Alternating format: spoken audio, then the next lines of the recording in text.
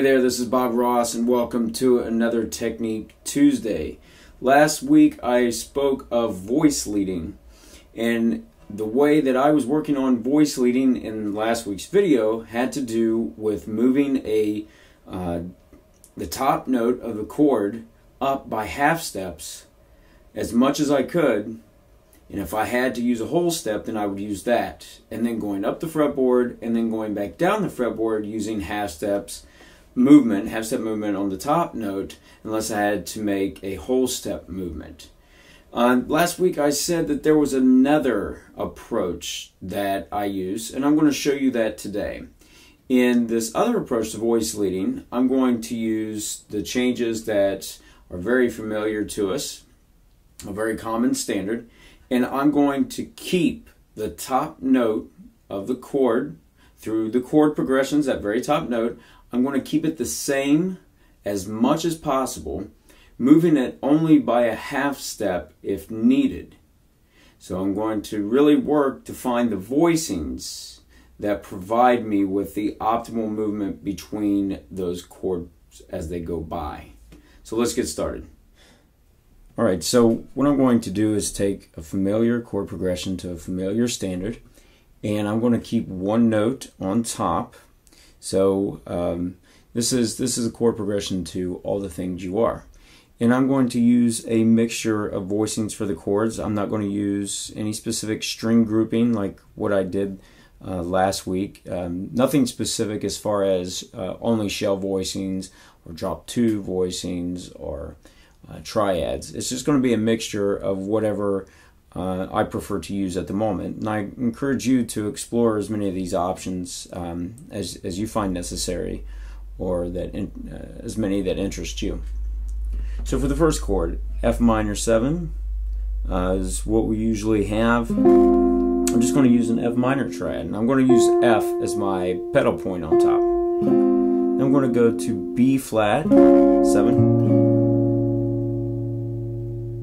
And I'm going to go to an E flat 9,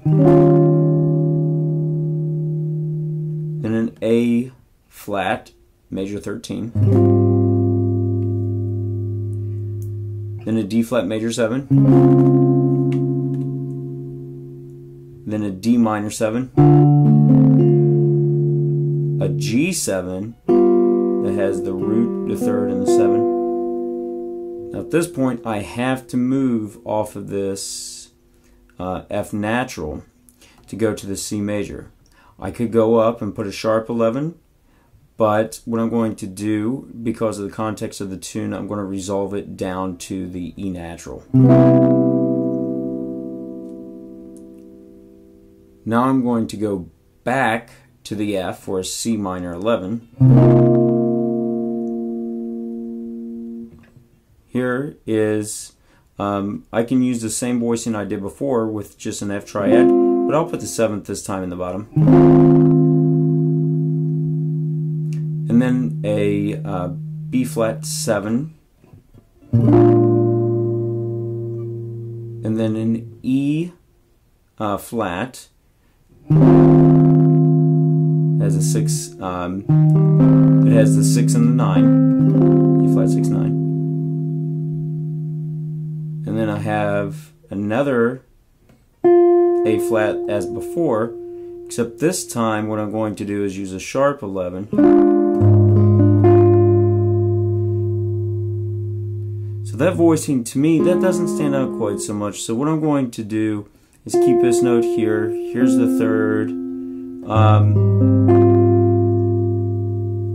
Let's see if we can put, let's see what happens if I do this. Sound. I mean, it's not too bad. And then what I'm going to do is go down a half step to an E natural for an A minor 7. Keep it there for a D9. And then a C major 13. Now, I'm not going to keep that voicing. I mean this top note to the E. Remember that I said I'm trying to go by half steps or resolve back to the beginning. In particular, for this chord, I'm going to go down to an E flat based on what I had said last week in the voice leading in regards to Barry Harris talking about a minor 7 flat 5 chord. So I am going to resolve it down. So I get the flat 5. So I have an E flat. And then I have the flat 9. Keep it there for a moment for the D7 flat 9. And then I'm going to resolve it back up to the E natural, or the G major 13. Now I have an F sharp minor 7. So what I'm going to do is keep that note there because I've been using it so far. There's an F sharp.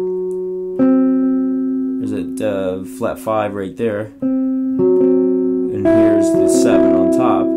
And then I'm going to go to a B 7 with a suspension on top. I do have the 3rd in here. And then I'm going to resolve that to E major. And then I'm going to keep that note there for a moment because what I'm going to do is use it as the 3rd. And let's see. What I'd like to do is create, because the sharp 5 is usually in there, right? The flat 13 or the sharp 5. So what I need to do is look for a voicing that accommodates that. So what I'm going to do is take this C7, that's pretty common, and I'm going to raise the 5th, and now I get this voicing. Now I'm going to go back to having the F on top. So I have an F minor 7. Keep that there. I'm going to use B flat minor 6 this time.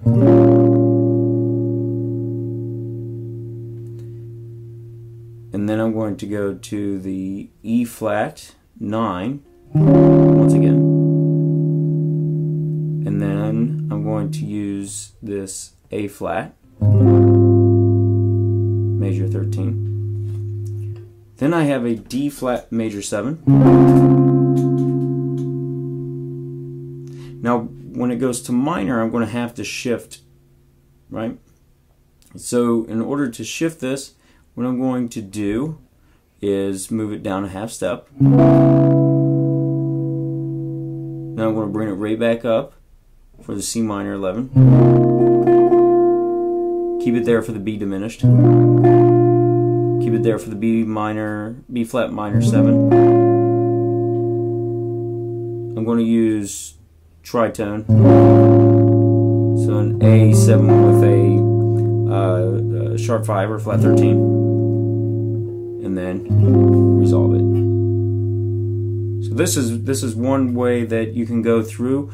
You can pick other notes that work for the first chord. Any of those other notes, including some of the extensions to try out.